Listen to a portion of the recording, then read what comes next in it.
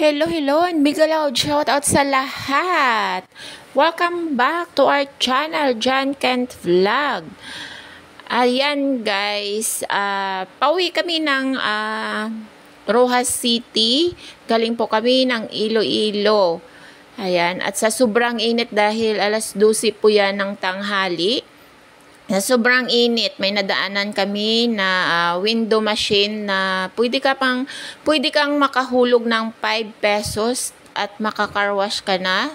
Ayan, wala yung boy para gumawa. Ikaw yung gagawa niyan. Maghulog ka lang ng 5 pesos at pwede nang mag-carwash. Ayan, malinis na yung sasakyan mo at dahil sa tindi ng init, grabe yung ng aircon, hindi din malakas yung ng aircon, mainit din sa loob. Kaya yan, pinalamig namin.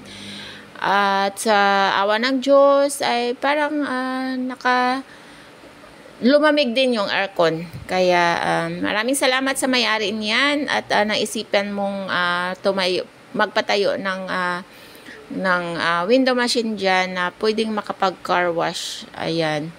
Maraming salamat sa inyo guys. Sana nagustuhan nyo yung aking video na to. Please don't forget to subscribe, like, share, and comment para mabalikan ko kayo. God bless us all.